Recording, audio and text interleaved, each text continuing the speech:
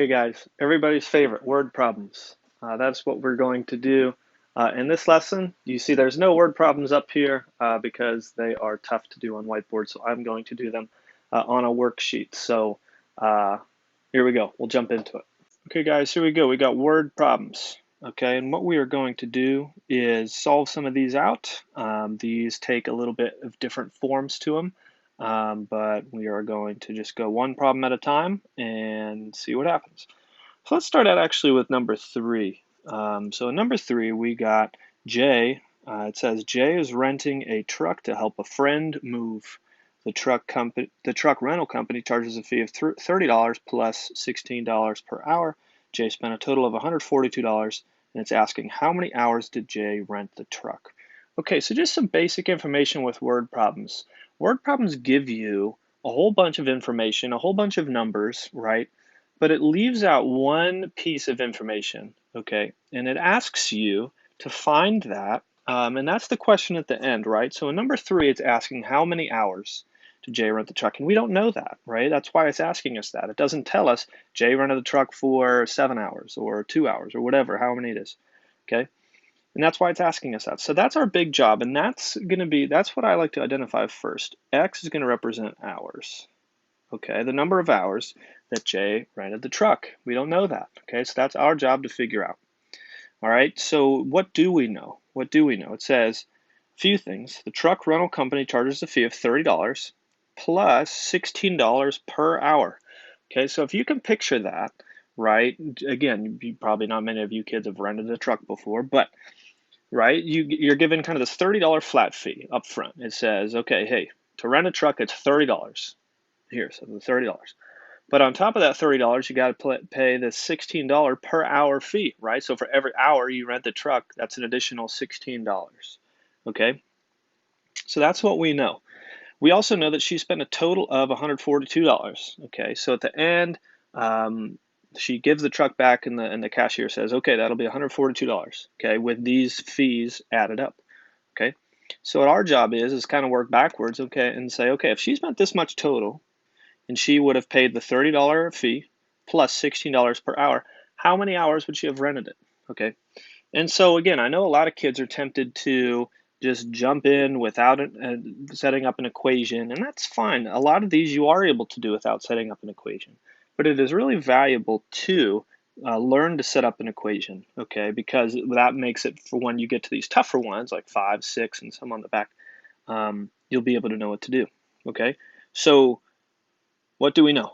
So oftentimes I tell kids the total, if you're given a total amount of something, that is going to be on the right side of your equal sign. So your money amounts added up equal 142.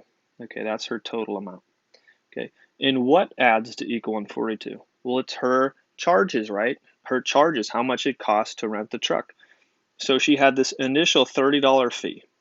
And $30, that's it. It doesn't matter how many hours she rented the truck for. She could have rented it for 1 hour, she could have rented it for 7 hours, whatever. She pays that $30 fee, and that doesn't change. So that is what's called a constant, or it doesn't change. So that 30 is just 30. Okay, there's not going to be an x in there, right? And all these equations are going to have an x. And again, I identified that first. X is my unknown value. And in this situation, that unknown value has to do with hours, how many hours she rented the truck for, okay? And we look at this last number we haven't included yet, $16 per hour. That has to do with my unknown amount, hours, right? And so $16 for every hour that she rented the truck. So, right, if say she rented it for 2 hours, so it would be 16 times 2 hours, or the number of hours. If she rented it for 5 hours, it would be 16 times 5 hours would be, right, that kind of accounts for each additional hour. It's another $16 added on. Okay, so how we can represent that, because we don't know how many hours it is yet, we can say it's 30 plus 16 times the number of hours that she rented the truck, that unknown amount that I don't know yet. Okay, that's the missing piece of the puzzle. Okay, so that would be my equation. 30 plus 16 times the number of hours equals 142. Okay, and now I set up my equation, and that properly represents this situation. And now I'm ready to solve this like another equation that I would solve like I taught you before. Okay, so how we do this? We minus 30 from both sides. Okay, because I'm kind of trying to get this x, this unknown amount, by itself. And I do that, and I'm left with 16x equals 112. Okay, let me just rewrite that because I don't have room. 16x equals 112. And then I divide both sides by 16. Okay, I do that, and I'm going to be left with x equals 112 divided by 16. You could use a calculator for that, but I'll tell you it does end up being 7 hours. Okay. Because if you did that, you'd get 16. So if she ran the truck for 7 hours, $16 times the 7 hours would be 112. 112 plus that $30 fee that she paid from the beginning gives you that 142 total. Okay, so that has to be 7 hours. Okay, cool. Number 4, talking about Basil and also renting a truck. Okay. So Basil needs to rent a moving truck. Suppose company A charges a rate of $40 per day. Suppose company B charges a $60 fee plus $20 per day. For what number of days is the cost the same? Okay, so we got Basil renting this truck and or kind of comparing these two companies that she's comparing, right? Which is a good thing to do. We got two companies, company A and company B. So let's just represent this. Company A charges a rate of $40 per day. And again, that per day, that word per oftentimes is an indicator that that's going to be where an X goes. An X is going to go with that, that amount, okay? And how do you know that for sure? Well, again, you look at what it's asking at the end. For what number of days is the cost the same? I don't know that. That's why it's asking for it at the end, okay? So $40 per day, again, that number of days is that unknown amount. So company, how I represent that is just 40x. And again, that's a way of saying 40 times the number of days, right? So if she rents it for 4 days, it's $40 times 4. Rents it for 6 days, $40 times 6, okay? Company B charges a fee of $60 plus a $20 per day charge as well. Okay, so company B, okay, $60 fee. So you pay $60 up front. Hey, here's $60. Okay, plus $20 per day. Okay, so that spells it out for you. So that $60 fee, again, she pays that regardless of how many days she rents the truck, plus $20 per day. So that's $20 times X. X is being the number of days. Okay, so we have these two companies. These are kind of expressions right now that we can use to represent each company. Okay, but it's asking for what number of days is the cost the same, and that's implying the same between both companies. Okay, so really a way of saying this is when will company A's charges be the same as company B's charges? So really, now that I set up these expressions, I'm going to do company A's charges, which again we represented with 40x, will equal company B's charges, which I represented with 60 plus 20x. When I set them equal to each other, that's a way that I could represent this question. What number of days is the cost the same? When will company A's charges represent company B's charges? So I set these two expressions equal to each other, okay? And once I set that up, now I solve it, right? So I have x's on both sides. So I'm going to get rid of one of them. I'm going to do minus 20x from both sides. So I do that, and I'm left with 20x equals 60, and then I divide by the 20. So I get x equals 3. And what does that mean? Again, tie it back to your question. What number of days is the cost the same? So it would be after 3 days. 3 days. After 3 days, the cost is the same. Okay? Let's do another one of those where we're comparing two things, because those can be helpful. Okay, number 5.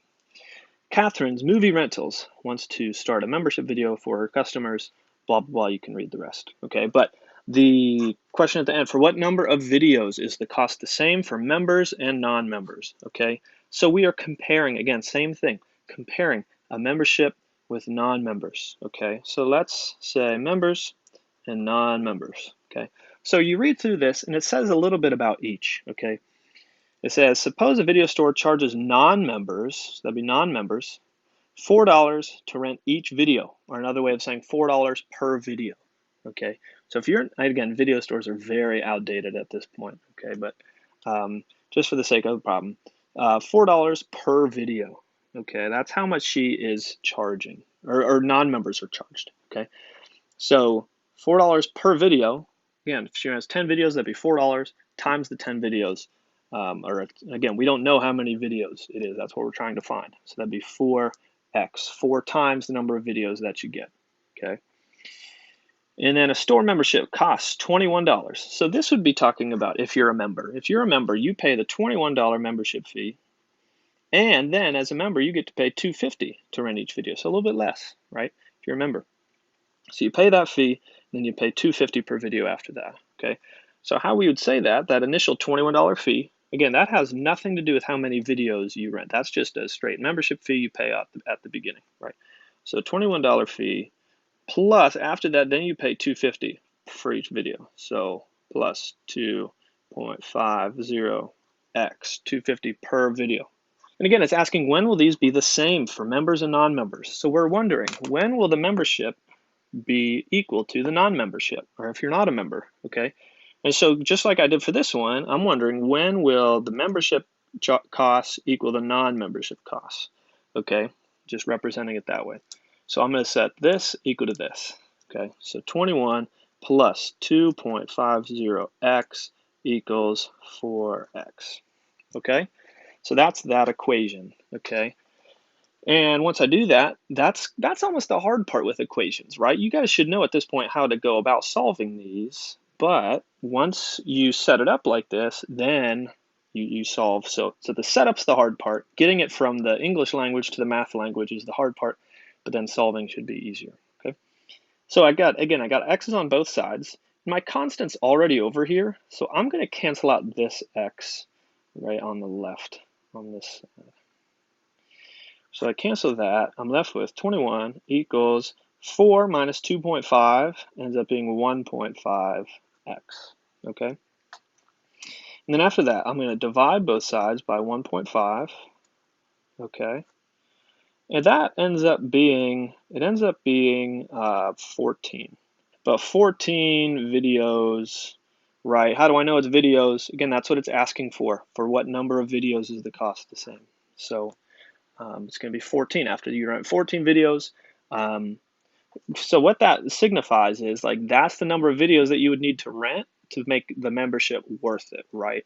So after you rent 14 videos of 15 or more, then it'll be cost effective for you for the membership. But if you don't rent videos that often, right? If you're not going to rent 14, the membership's not worth it. So it's better for you to just remain a non-member and rent that way.